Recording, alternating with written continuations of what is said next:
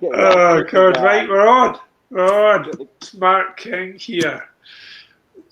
Before we start, obviously, we're doing this to try and give back in the industry because obviously gambling's quite a a big thing, and there'll be a lot of sufferers out there, and also people suffering but they're not realising it's an issue. So yeah. we're doing a two-parter thing here with our good friend Mark King, how we'll meet, Hmm. and James has also got a player that he works with who's also been through this too. So obviously, we're Okay. going to see a great deal of insight in this. And firstly, before we start, I just want to obviously thank Mark because without Mark, none of this would have happened. I contacted Mark and he gave me a chance, having never worked in Q Sports before. And it was just amazing. Forever grateful for it. And God, it forever was telling. awful. It was the worst couple of years of my life. Oh, I know, but you're meant to lie and say nice things. Nah, you're a good bloke now. You're very good at what you do. You're very good at Thank what you, you mate. do. No, it was great. It was great. So how did the gambling kind of manifest itself for you, Marky? From the start, from the Yeah. very start. Well, at a young age, I used to go and stay around my nan's house on a Thursday. And my nan always, every time I used to go and see my nan, we used to play a game called Yahtzee. It's quite an old school name and cards. And what my nan used to do, she used to give me like a bag of 2p's, and I'd put them in front of me, and then we'd play Yahtzee, and then she'd give me the money, but then that's sort of how I started betting and that sort of learning that sort of stuff. Um, then probably after that was when I started playing snooker. I think I was about 10, and I used to go to the snooker club in Romford in the Lucania, where Steve Davis very first started. Um, and I was just did the fruit machines, just literally, I was up there all day, every day. And at that time, I think the fruit machines were like 10p a go, and the jackpot was like 100 quid.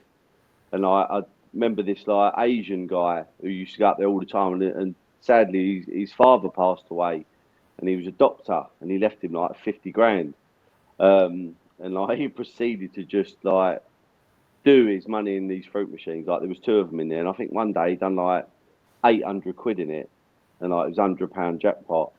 But I was just so like the lights and all that. I loved it, and I literally, and I knew the machine players. And when I used to sit and watch them play them. And at the time, I was only like 10 or 11, and there was one guy, and I used to say to him like, "Well, if you win the jackpot, like, can you give me a fiver?" And it used to sort of bring him luck. And then every time he used to come in, I used to do it to him again, or give us the odd 8 quid and that sort of thing. Um, and yeah, that's really how it started. And I can remember, I can still picture it now playing the machine. I think I was 12, and I put a pound in this machine, and I weren't allowed to play them, but like the guys behind the counter couldn't see me. Um, and I put a pound in, and I won £16. I got four bells up. Um, and I was like, oh my God, I'm like rich. You know what I mean? I was 12, 16 quid. And I had to sort of run with it in my pocket because I was too young to play it. And they'd took it off me. So I sort of run in the toilet, put it in my pocket. Then we sort of went out. And then like throughout that day, I proceeded to like put the £16 back in the machine, even like the same one. Um, it just sort of stemmed from there. And then as I sort of got better as a player, I went to another snooker club, which was in Barking Snooker Centre, a really lovely club owned by a guy called Stephen Harvey Bourne. They were really, really nice guy, really top class snooker club. Myself was in there, Ronnie O'Sullivan was in there, a young lad called Christian Brooks, who sadly passed away in a car accident, Chris Scanlon, and like real top players in this club. And that's where I learned how to play cards. We started playing a game called Kaluki, which is like an old school, like a lot of old grannies and old men know how to play it. It was a really good game. And we'd sort of sit there and play it for 2 or 3 hours. You know, us as kids, like I was like 12, I think Ronnie was like 10. The others, we was all around the same age within a couple of years. And like, but we only played really small stakes. And like the most you could do in like, if we sat there for 2 or 3 hours, the most you could probably do was like 15, 20 quid, which still, ain't a great deal of money, but as a 12, 13-year-old, like you can't really afford to do 20 quid every day in Yeah. them days, which was like 1986, 1987. And then like it just progressed from there, from like playing cards. Then it was the fruit machines. When I was old enough to play the machines, there was 250 jackpot, and I'd literally go to the snooker club, supposed to be practicing, and then literally I'd put a pound in the machine, and if like you heard like a click where like the machine was what I call dropping, so all the tubes are full up, then you put the pound in, and you can hear it's dropping to the bottom, so you know the machine's full up. So then like so now I'm on the machine all day until the jackpot comes out. Do you know what I mean? But it's just literally one thing after another, and then like from then like fruit machines, then it was card schools. I used to, when I played at Ilford Snooker Centre where Ken Doherty started out. We used to play Kaluki up there, and then when we sort of finished about 12, 1 in the morning, a few lads would go to another place, and I was always like, "Oh, where are they going?" Like, and then I went with them one night, and it was like a card school, which was like a spieler, where they played like 79 rummy, they played Kaluki, all other card games, but it was like a private place. Um, and I'd sit in there and you play like a Kaluki competition, then you play 79 rummy, and you'd be in there from like 7 in the evening till maybe sometimes like 4 or 5 the next afternoon. You know what I mean? But it was brilliant, you know, smoking like a chimney and come out of there smelling like an ashtray. But it was like at the time, it was like, oh, I just couldn't wait to gamble. It was great at the time. You know what I mean? And then I met a guy in there who was a bookmaker. So then I went from playing fruit machines to playing cards, and now he's a bookmaker, and he took me to a casino and to a betting shop because I'd never ever been in a betting shop, and I'd never been to a casino. And then in the next sort of couple of years, I learned how to put bets on. Then it was the casino playing like dice and Caribbean poker. Um, and then obviously the absolute crack cocaine of gambling was the roulette machines. And, 99% of people that walk into a GA meeting are roulette people Is because, that like, right? yeah, 100%, yeah. Like when I first went to GA in 1997, it was just horses, dogs, and maybe card schools, and that was it. But like later on, like the roulette machines have just absolutely annihilated people. Just you. And the thing is, as well, nowadays you can gamble 24 hours a day. You can sit and have a pony and do 10 grand. You know what I mean? It's ridiculous. You could sit anywhere. You could sit in a park. As long as you got Wi-Fi, you can gamble. It's Yeah. like ridiculous, but only ridiculous to people like me, who's a compulsive gambler. Like your normal Joe Blogs can maybe go have a night at the casino and spend maybe, I don't know, 50, 60 quid, have a nice meal with his wife or his partner and enjoy, the atmosphere of just having a little punt. But, I just cannot do it in any way, shape or form. I just can't do it because that is me like to a T. As soon as I start, I can't stop. You know what I mean? So I just don't go. So that's why I do my GA meetings. I went to one yesterday afternoon for a couple of hours, and it's good. It's really really good. Some people get it, some people don't get it. But I haven't had a bet for like nearly 13 years, and I don't go there like I don't skip there and go, oh yeah, I can't wait to go to my GA meeting. But I know if I don't go, I know I'm in trouble. So like, and the thing is, if I ever have another bet, then my marriage is done. It's gone. I'm gone. So like, my life is brilliant now. Absolutely. Apart from obviously the crap that's going on, which I can deal with. My life's brilliant. It's wicked. You know what I mean? I've got a lovely family. You know what I mean? A couple of lovely dogs, and just my life's brilliant. You know what I mean? No, it's good. I mean, what did it? I mean, obviously, you and I have spoken at length for this, but obviously to help others. Like when it was in its worst stages, you were on the tour, right? As a pro Yeah, snooker player. yeah, yeah. Well, like I think I remember when I played John Higgins in '97, the Regal Welsh. '96, I got to the final and got beat by Hendry, and in '97, I lost in the semi-final to John Higgins 6-5, and I think Paul Hunter ended up winning it. He beat Higgins in the final, but that day in the afternoon, because I played Higgins in the evening. That day, I was in the betting shop all day. all day long from like midday. I think the first race was 11 o'clock. Excuse me. First dog race on a Friday. I can't remember where they was on a Friday. Um, it might have been like Hall Green or something like that. And I was in there all day long till like 6 o'clock. I remember rushing back to the hotel, quick shower change, and like ended up losing 6-5. I think I'd done about a grand as well. So like I weren't in the best frame of mind, and you know I should have been resting, sleeping, getting ready for a massive game because I was only a young man.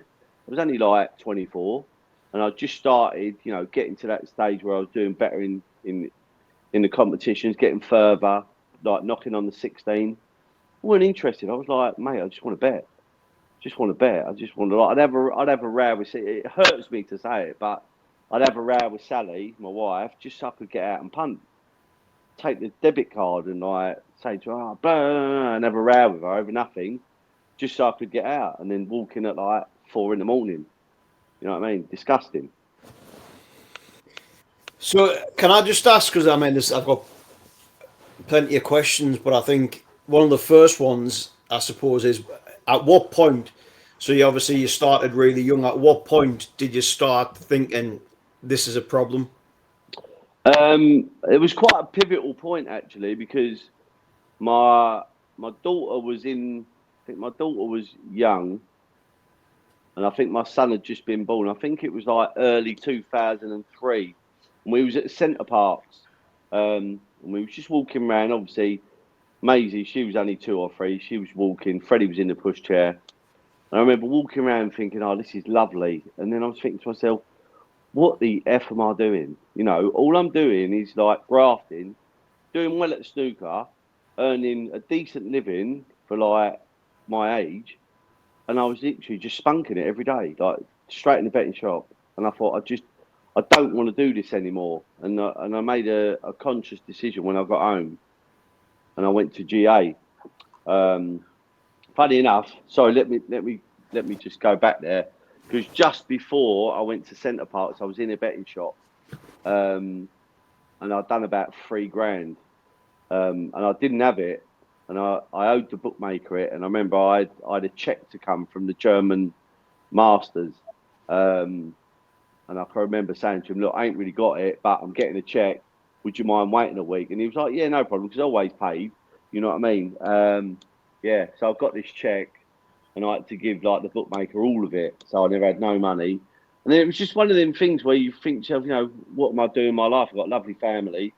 I made the conscious decision to go to GA, and then I was going there for about 3 or 4 weeks, and then I see one of my pals who I used to sort of not bet with, but excuse me, I see him in the betting shop, and he was like, "Oh, "I've got a tip for a dog." Sorry, I didn't see him in the betting shop. I see him in the gym, and he went to me, "I've got a tip for a dog tomorrow," and I was like, "Oh, really?" And I sort of said, "Well, what is it then?" And he told me it, and then like it was on me. Once he's told me, it's on me. So it was a massive turning point because I didn't gamble on it. I wanted to, and at the time, the only way you could get the results up was on teletext. So I was on in the bedroom, put it on teletext, and it won. I think it won about 6, 7 or 4, and I'd have had I don't know 1,200 quid on it or something. And yeah, it won. So I was sort of happy it won because, to be fair, it didn't really matter because it's only like tokens for gambling. If I'd have won like 100 grand, it didn't matter because I'd have just punted it back. The bets would have got bigger. Yeah, and that's really where my GA journey started in like 2003 properly. So what was it? Like what was it like for you? Like on a daily basis, would you wake up thinking about it? Was it constantly on your mind? Are we able to control that? Yeah, no. It was every single day, and every single day I'd have such good intentions of like I'm going to go to the snooker club, I'm going to practice all day, I've got comps coming up, blah blah blah, and it was the same every day. I'd go to the club, I'd clean, I'd brush, block, iron my table, and then I'd play about 3 shots, and I'd be like, "Oh, let's go around the betting shop for a little while," and I'd stick my cue under the table, and I'd walk around the betting shop, which was only like a minute away, and then I was in there all day. all day and then I'd literally come back, put my cue away, and then no practice, and then go to tournaments, and expecting myself to do well when I only hit a ball for a week. Yeah, I mean, obviously, having worked with you side by side for many years, been absolutely mesmerising player, stunning. Like, do you think, obviously, this must have impacted your career, right? Oh, 100%, 100%. If I'd have got the message earlier on, I'd have definitely won more tournaments, because Yeah, lots of tournaments I was going to where, as I said, I hadn't hit a ball, and I was just getting beat by players that were good players, but if I'd have put the effort in, I'd have 100%, I would have beat them. And lost lots of close frames and close matches where I just hadn't really hit a ball, which is quite disappointing. But hey ho, listen, I am who I am, and you yeah. know, you just crack on, didn't you? You just literally, I wouldn't change any of it. I would not change any of it, because it's the man who I am now, and you learn, and hopefully you can teach others, not to get as far as I did. And you've always been like that. You've always been so kind of giving and wanting to help, other people. That's why, like, I knew, right, when me and James came up with a thought of like, doing this little gambling series, to try and help people. Mm. That I knew you would do it in a heartbeat. Of course you would. It's you. It's Mark King. It's who you are. Mm. You just Yeah, love I work. mean, it's nice. It's nice. You go to meetings every week, and you give a therapy, and people come up to you after, oh, I really enjoyed that, and you don't have to talk about gambling when you're in there. You might have a problem that's nothing to do with gambling, but what I can tell you is, when there's 30, 40, 50 people in there, there's at least one person that has gone through something similar or the same with what you've been through, whether it's family orientated, a child, wife, partner, drugs, another addiction. There's always someone in there that's been through it as well. And Yeah. it's just nice to, what, Max? It's nice to, help people out. Look at Max, look. Oh, where is he? And is that Max, what are you Dougie? saying? No, it's No, Max. it's not. Right, Max? What are you saying, bro? I mean, obviously, like, without saying names, obviously, like you see this as rife in Q sports. Like, it's Oh, quite a problem. definitely. Do you know what? It's not just cue sports. It's any sport where people have got lots of time on their hands. Like, to be fair, you probably looking at 75% of footballers will definitely be gambling in some way, shape, or form, because they're bored. They go to train in the morning, whether they go at 9 o'clock. They train for 2 or 3 hours. By midday, they're out. What am I going to do all day? You can only Yeah, play so much golf and go to the gym and all that sort of stuff. Um, Most people were betting on their phones, or, excuse me, or just any form of gambling. And even between them, playing. You hear lots of stories about, like, Michael Owen and Wayne Rooney and John Terry and that, playing cards on the England bus. Spending thousands with each other. God. Yeah. And do you see at GE meetings? Because I know obviously you go to different ones, don't you? Yeah, yeah. And as we did when we were on the road as well. But it's like, do you see? I mean, obviously, like, you're a well-known celebrity. Do you see other celebrities and stuff like in there? Not really. I don't think. I think your bigger sort of celebrities are more people that would rather keep it to themselves, and not wanting other people to know, what they're going through, and don't want to know their business. Where I'm more of the type, well, listen, I'm a bit shagged with it. I'm, like, really in a bad way. I don't care who knows, because the more people I tell, if, like, me and you, if I never told you, no, and me and you was at a competition, and then I went to walk into Ladbrokes or William Hill, you'd be like, okay, well, you want to do that, no problem. But that I go Yeah, to GA, I don't gamble. So if I yeah, go to walk in a betting shop, I know you'll be going, whoa, what are you doing? You can't be going, do you know what I mean? And that's what we yeah. Of say to course, people. exactly. That's what we say to people that first come in. You've got to tell everybody. It's going to piss some people off. It's going to hurt some people, but you have to start with, once you're honest, it's an honesty program. Once you start being honest and telling everyone what's going on, yeah, they'll be hurt for a little while, but after a period of time, they'll be sweet. They'll be going, well, good luck to you. Like, you've done really well for yourself, that sort of stuff. I just loved, like, meeting friends of yours that were on GA2, mate. Remember we had that golfing day and stuff, and your friend was just like you. He was so incredibly open about it, and he's just kind of had a lapse last year and I bet this, and and it's, I love the process and what they instill in you, and you guys having the balls to do that, and you're not letting ego and stuff get in your way, shying away from that. Yeah, I think lots of people do come in at the beginning and they've got an ego. Some people might come in, you give them advice, and they go, "Oh, I ain't doing that," or "Oh, there's no way I'm doing that because I don't want to do this and I don't want to do that." And you go, "Okay, no problem. You carry on how you want to crack on," and then they keep gambling, keep relapsing, and then all of a sudden the lightning bulb happens, and they go, "If I'd have listened to you in the first place, then." Yeah. I wouldn't have gambled anymore. But you say, well, that's fine. But some people want to listen. Some people want to stop. Some people come in and they hold their hands up and they go, I'm in so much debt. I'm in so much trouble. My family's kicked me out. And I'm in trouble, blah, blah, blah. And they come for a period of time. They get their family back. They get their finances back. I don't mean their finances. I mean, they get money behind them again and they're lovely. And they go, oh, do you know what? I don't need this anymore. And they go back again. And they go back out, and then they come back 10 years later.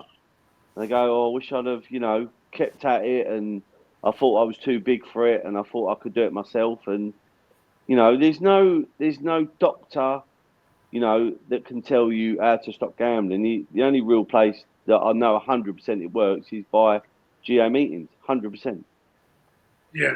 Do you think that's the same, because obviously, I've got no understanding of any of it, fortunately, but I think it's the same with AA and NA and stuff as well. Yeah, NA, CA, AA, all of them. Yeah, they're all pretty much the same. I mean, we read the same sort of books, but instead of gambling, it's alcohol or it's drugs and that sort of stuff. And I'm seeing on TikTok, so many people in recovery, so many people drink and drugs and ketamine and don't really see that much of gambling on there. But the amount of youngsters that are in recovery at a youngish age is just unbelievable.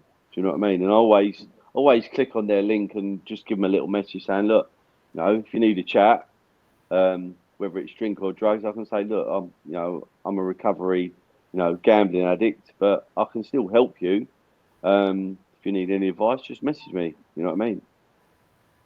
Yeah, I mean that was the big part and the sort of the exciting thing for me to be able to sit down today and just to ask questions and to listen was obviously Noel and I we do the stuff with the Q Sports Hub, and you've worked with Noel and looking at people's mindsets and what they can do off the table, and it was just something that clicked maybe about 3 or 4 weeks ago, maybe a bit longer, and we got chatting. I was like, it's rife in society, not just about snooker as such or Q sports, but it's definitely a culture thing with alcohol and gambling. And I can see it in my club that I go in, snooker and pool club, and I can look and think, you've got a problem, you've got a problem, you've got a problem, but half of them don't probably realise that.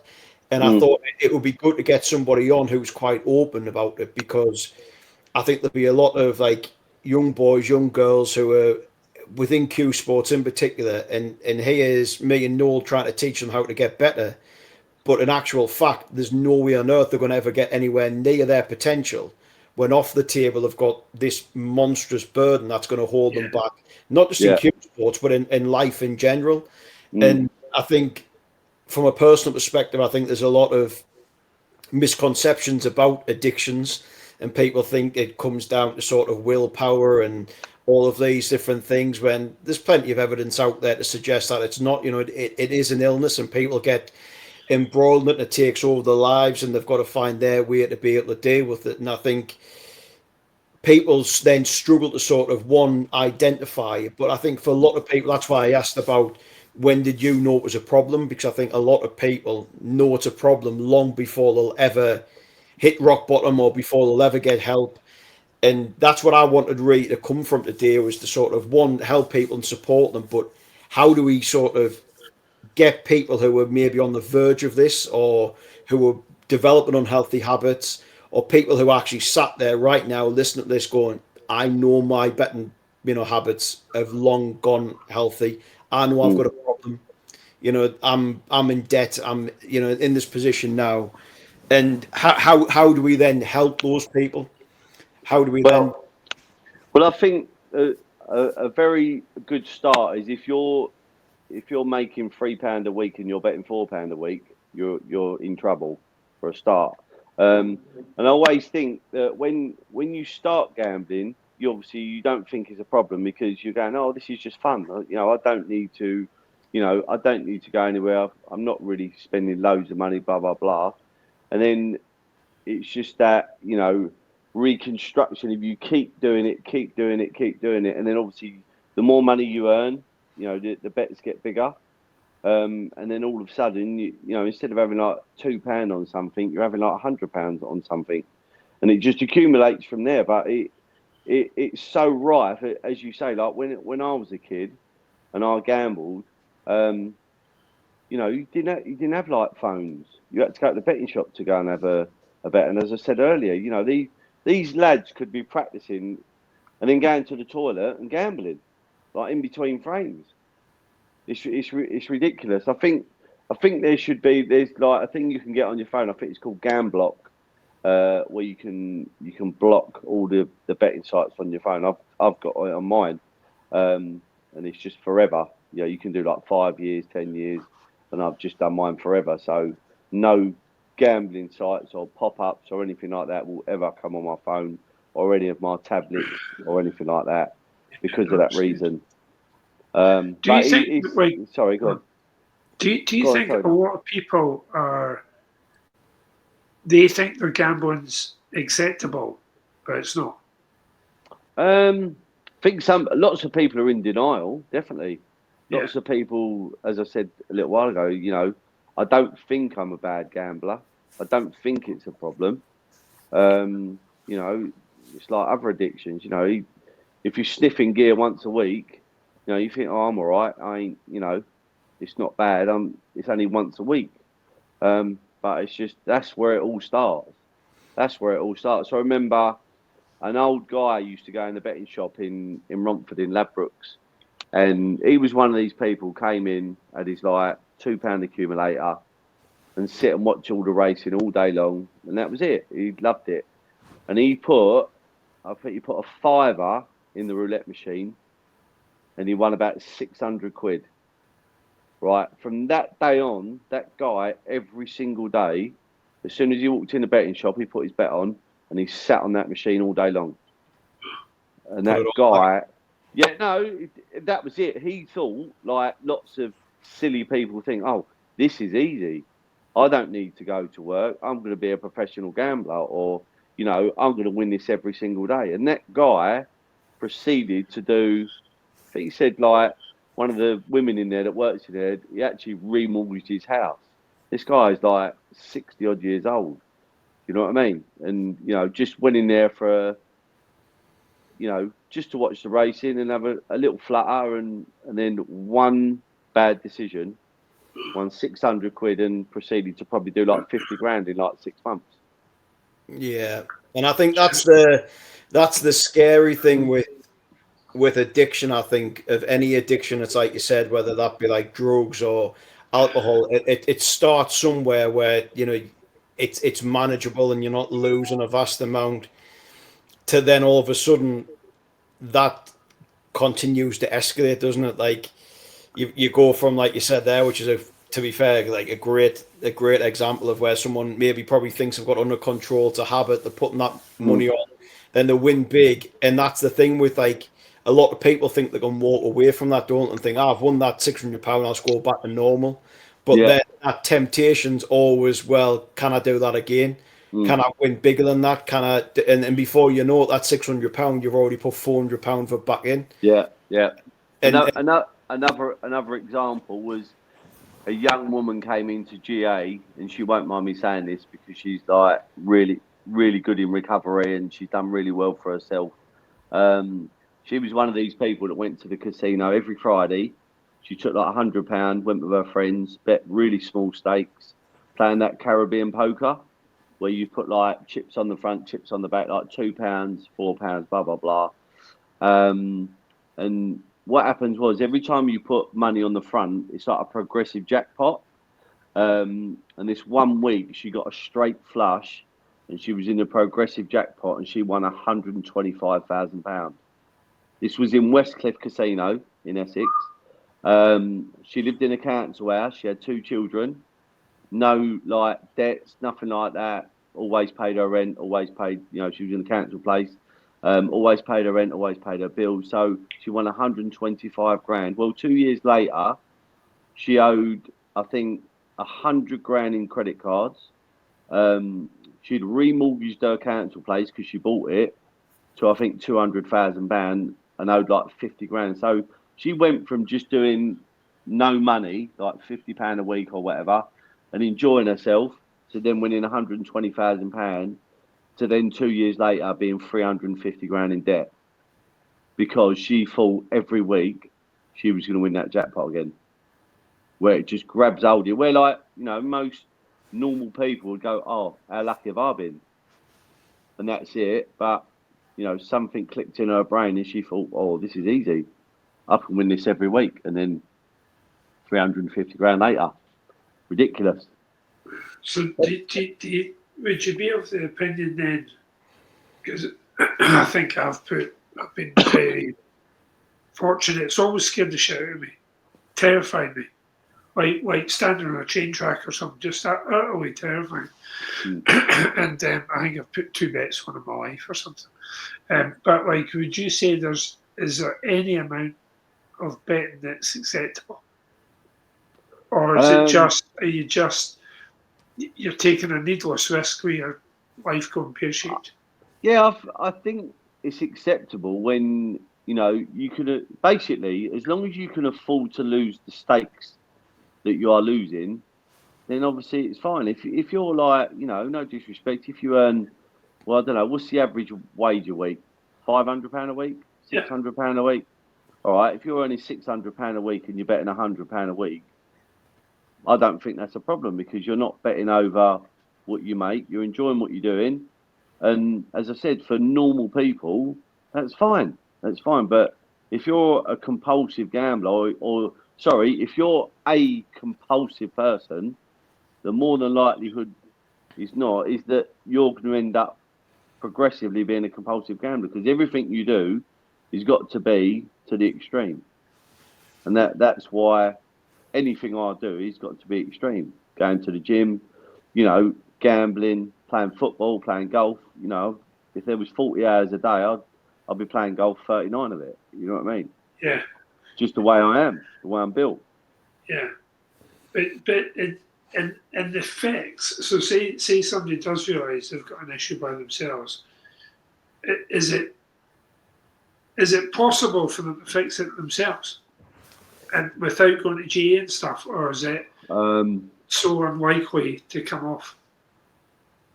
Well, it's a difficult question because it all depends, how far in you are. If you're just, as I said, if you're one of them punters like that guy that went in the betting shop and just bet £5, £10. But it's more shit than she's bought. Guaranteed. Damn! Bro. There's enough dogs here. Come back another time. Wait, brother. Fucking hell, did he want? Unbelievable. Sorry about that, lads. Was it Amazon? I don't know who he was. I think he was from Hello Fresh or something like that. Probably see my missus wanted to feed her up a little bit. So I think we saw. Yeah, I mean, if you're, like as I said, that guy in the betting shop, if he hadn't gone on the roulette machine, And he spent the rest of his days spending £5 or £10 in the betting shop and watching the racing because he enjoys watching the racing. And that's brilliant. You know what I mean? That's someone who enjoys watching his racing and not, being any financial difficulty because of what he's doing. As soon as he put that money in that roulette machine and won 600 quid, he's now either going to do two things. He's either going to go, do you know what? How lucky am I? And carry on and go back to his, £5, £10 a day. Or the other thing that he ended up doing was like, well, I'm going to do this every day. It's one of them things. It's one or the other. Suppose it's that chemical sort of thing in your brain, though, isn't it? I think that's always the danger, like you said, with that bloke. Once you win big, and the woman you mentioned there, once you win that money, all of a sudden, sorry the pun, but like the stakes change, don't they? Because you've gone from being happy and winning little amounts and losing little amounts. All of a sudden, you've now won this big amount. Chemically, then you need that excitement in a different way. It's like them, I can't remember what they're called now, when you go to the gym and is it endorphins or something that go off? Yeah, that make you feel amazing. That's what you try and find. You try and find that buzz when like you've had a few quid on a dog and it's running around the last bend and it's free in front and you're going, hi, like counting your money and you like your big shot in the betting shop. Do you know what I mean? And giving it all the big and that sort of stuff. That's what I used to like, which that sort of stuff. But as I've grown up and gone to GA for a long time, I think myself, oh mate, what an idiot! I must have looked like a right plank. Do you know what I mean? Cheering on this dog like it's my own. Do you know what I mean? I'm just been lucky. I've backed one winner, big deal. You know what I mean? And they're all going, oh, would you fancy in the next race? And I'm going, well, I think this could. You know what I mean? Oh, shut up, mate. You're just an idiot. You know what I mean? I was just what a plank. But at the time, I thought I was brilliant. I thought I was a judge and that sort of stuff. And you end up finding out what an absolute plank you are. You know what I mean? I much prefer the person I am now when, I'll go to sleep every night. I don't have to worry about owing people money. I don't have to worry about, coming in at silly o'clock in the morning. And piddling off my missus. See, because I mean that's something we've not really touched upon, but it's a really good thing you've mentioned there because you've mentioned about the gambling and the money and the loss and everything else, but it's then also that bigger impact that it has with your relationships and your life, and like you're saying you're happy now, but how bad did it become? Because you mentioned that your wife, obviously, if it happens again, it's off. How. Not. Well, I was just, to be honest with you, I was just like I always sat in the room. I was like a firework that went off. When I gambled, everything around me got hit. My wife, my kids. Lucky enough, my kids have never really seen me gamble properly because they was at such a young age. They didn't understand it. But as I said, I was just a horrible person. Just really nasty to my wife. Not, I never ever hit her. I've never hit a woman in my life, but I'd never do anything like that. But it was just the things that were coming out of my mouth were just nasty because I wanted to go and bet instead of just going, look, I want to go and gamble. I don't want to have a row with you, but I'm going anyway. And and the amount of times that I let her down, you know what I mean, in the recovery that I'm at now is really good. But as I said, I've been going to GA since 1997, and I think since then I've had 4 what I call breakouts, where I've either put £1 in a quiz machine, or the last time was when I was in Bulgaria. I was in Bulgaria playing a PTC event, and as I walked in the hotel, there was a casino in the hotel, and I didn't know this, and I'm like, okay, and I'd been off a period of time. I think I was off 4 or 5 years, and I'm up in my room, I'm unpacking my stuff, put my cue away, blah, blah, blah, and all the time I'm saying to myself, leave your passport here. Leave your passport here. Don't take your passport. And as I'm saying it, I'm putting my passport in my back pocket because I know exactly what I'm going to do. And the whole reason why this happened was because I took the piss out of GA. I was weren't really going. I was going for I go for 2.5 hours a week. At this time, I was going for an hour. Then I was coming home. Then I weren't going the next week. And then it was 3 weeks and I weren't going. And in 6 months, I'd been about 6 times. and I didn't even want to go. So literally, I was a bet waiting to happen. You know what I mean? But the Yeah. good thing is, I've learned from that experience. If I don't ever feel like going, mate, I'm sprinting because I know I've got to go because I don't want to be in that situation again. And that's how easy it is. And we always say it in GA. If I wanted to go and have a bet, if I didn't have any shoes, I would walk on glass just to get to a betting shop because I loved the bet, absolutely loved it. And 2.5 hours a week ain't a lot to ask to have like a good life. And it's just like the mental torture that it does to you. And when you stop gambling, all like you got like what I call brain fuzz when you first walk in because all your brain's in bits. You know what I mean? And then what happens is as the weeks go by, every single week, a little bit of the shit comes out your brain, and it just gets more and more clear. And then after a few weeks, you start seeing people walk in with a smile on their face. They've got a bit of colour back in their face.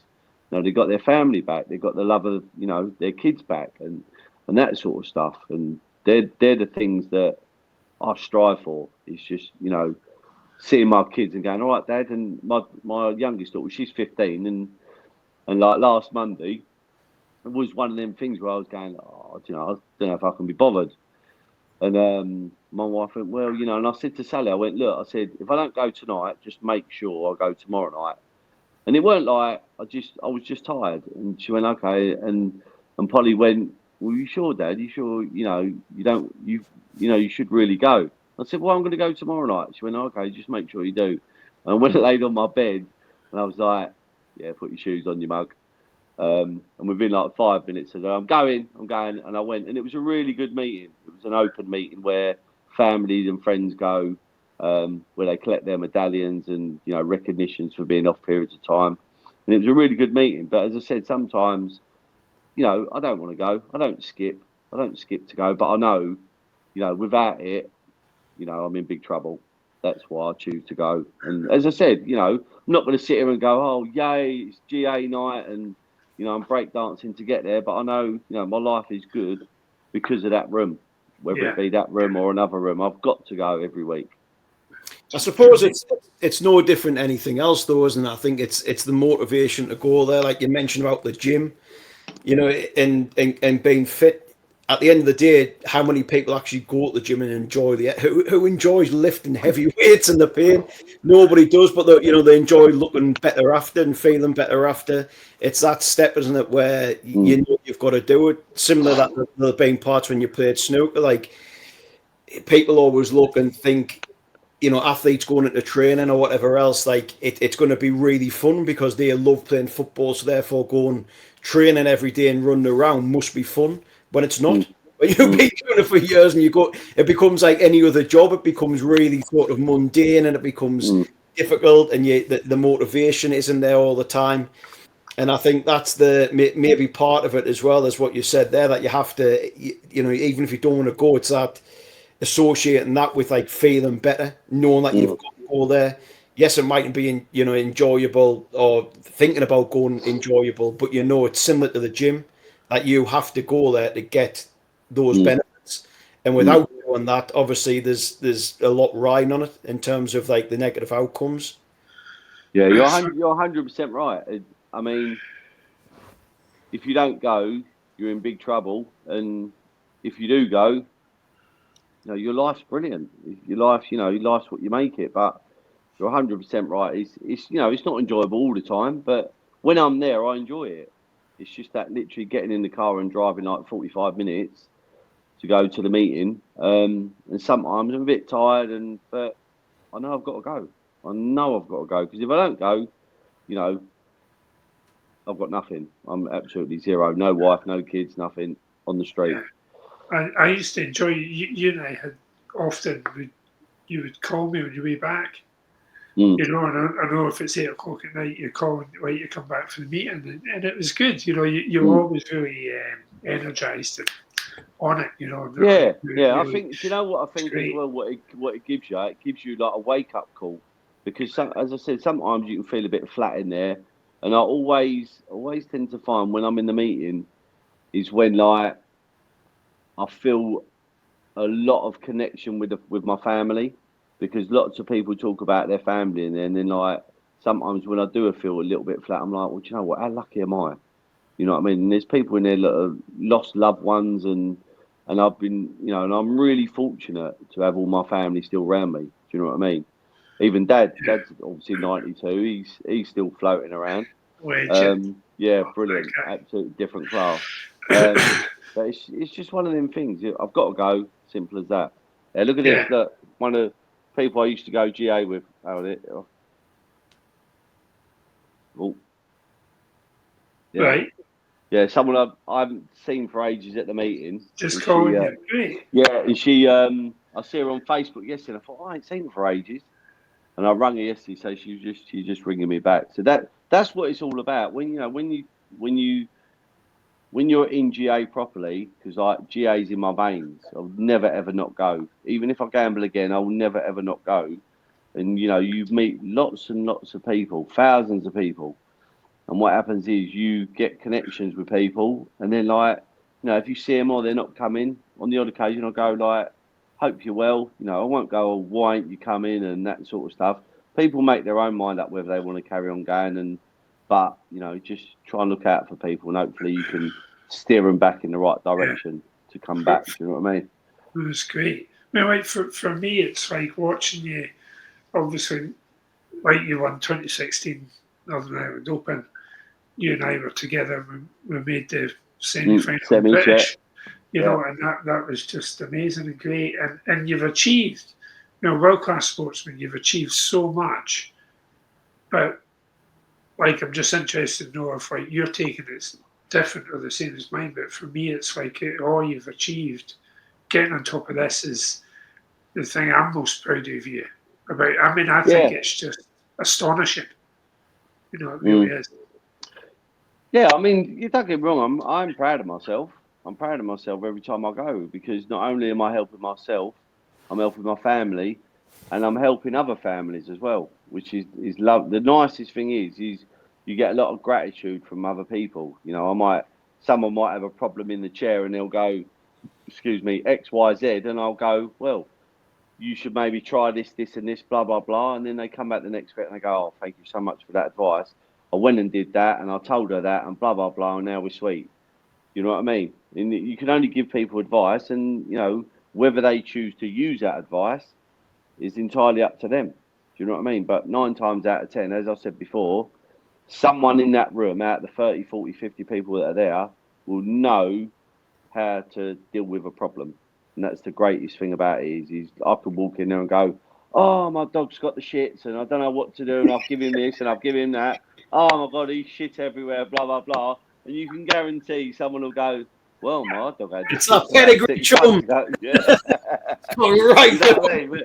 Whatever it is, whether it's the dog's got the shits or the missus is driving you mad because she keeps moaning at you, or you know anything, you can talk about absolutely anything in there, which is a great thing because obviously Sally can't sometimes air what she's feeling. Do you know what I mean to someone? Where I can sit in that chair and go effing hell and pissing hell, and she's doing this and he's doing that, and I'll have me moan, and then someone will put the air up and go, mate, you just want to grow up. What's the matter with you?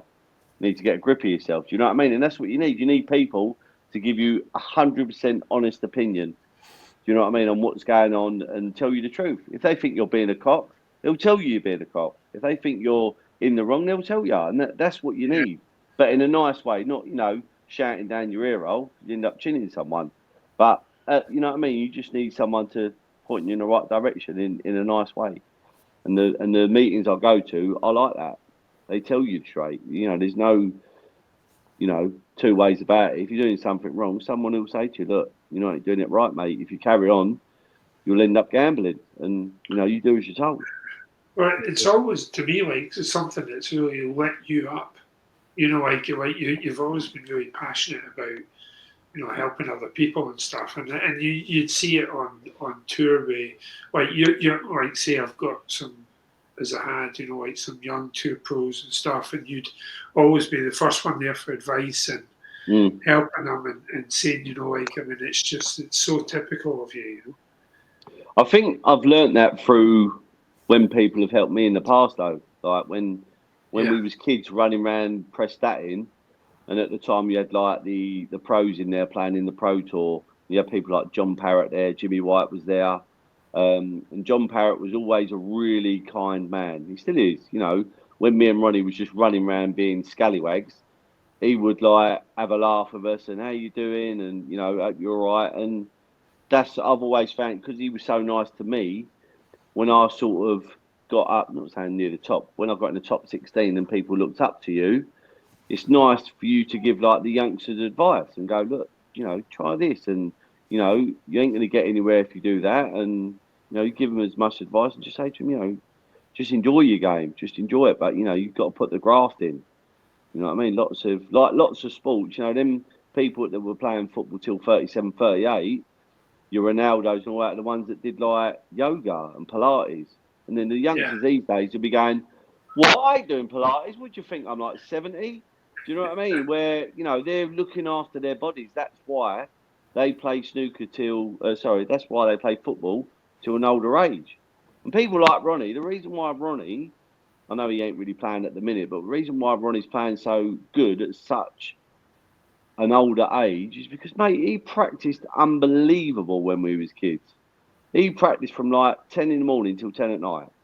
Like half hour off, that was it. He would live, eat, breathe snooker. You know, when he turns around and says, "Oh, I ain't really been playing," mate, listen, we all know you've been practicing. You know what I'm saying? Like, and he knows it. He knows it. He just like, he likes the reverse psychology. Yeah, I ain't really been practicing because he's got his out then. Do you know what I mean? But he was a prolific practicer as a kid. And even at an adult, he's still, you know, when he wants to play, he trains hard. And he's also like you, like I would say you two were two of the fittest people on tour, like physically. I wouldn't say I'm as fit as him. I couldn't. That what he does, that running, mate. I'd rather eat my own toenails, mate. Our people just go out and run for nothing. It's just honestly beyond me. But stick a pair of football boots on me and say, "Come, let's go and play Yeah. another team for a couple of hours, mate. I'm up for it all day long. 90 minutes, 120. I play like 4 times a week. I play Wednesday, Thursday, Saturday, Sunday." And I love my vets football. I love it. Over 45s on a Saturday, over 35s on a Sunday. Got a cup final coming up in the beginning of May. Yeah, love it. I literally love it. You can't beat that feeling of you know, feeling. I've got to show you something actually. While we're here, I'm going to show you. Just in my garden. Hang on.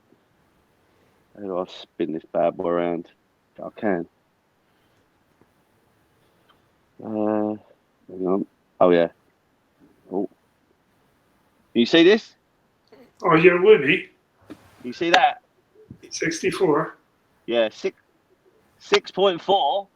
6.4. Six Oh, point, God. yeah, 6.4 Celsius. That will send your bollocks right up to your neck. Let me just tell you that. To be fair, mine aren't kicking the ass off that normal. That's bad. The last thing I need. Oh, mate, do you know what? I'm getting that after football or after going to the gym. And don't get me wrong, it ain't pleasurable. I don't get in and go, "Oh, this is freezing. Oh, this is amazing." It's horrible. But I'll tell you what, when I get out of it, I feel amazing. Amazing. 2 or 3 minutes in there, literally, all your body's tingling and fizzing. So it's the best money I've ever spent. It was one of the best things about lockdown was you Yeah, daily in there doing you were doing like a podcast in there, remember? And yeah. everybody would be like messaging. Oh, mate, I remember once I opened it, and it was before I got the chiller. It was just like the £100 one. And mate, I had to get a hammer because it was so cold. I had to get a hammer to crack the ice. You're nuts. You're nuts. You're not right. Oh, he's frozen. Yeah, he'll come back. Think it's lagging from when he's been in the garden. Ah, see, look at that. See, there's the technical genius of James here. See? Oh, hope we've not lost them. But it's an amazing insight, isn't it? Like seeing, a world class sportsman like this, like go through these difficulties and come out the other side. I honestly feel is all his accomplishments, for me, it's the biggest one. Getting Oh, top of this, it's just without a doubt. unsurmountable. Without a doubt, I think when you've been He's back. through, there he's there. Sorry, my battery died on me thing. Stay there. Honestly, He's back. that's better. Yes. Sorry. There he is. Sorry about that. Yeah, the old iPad had a little wipe out. You see the ice bath and it's fucking gone off.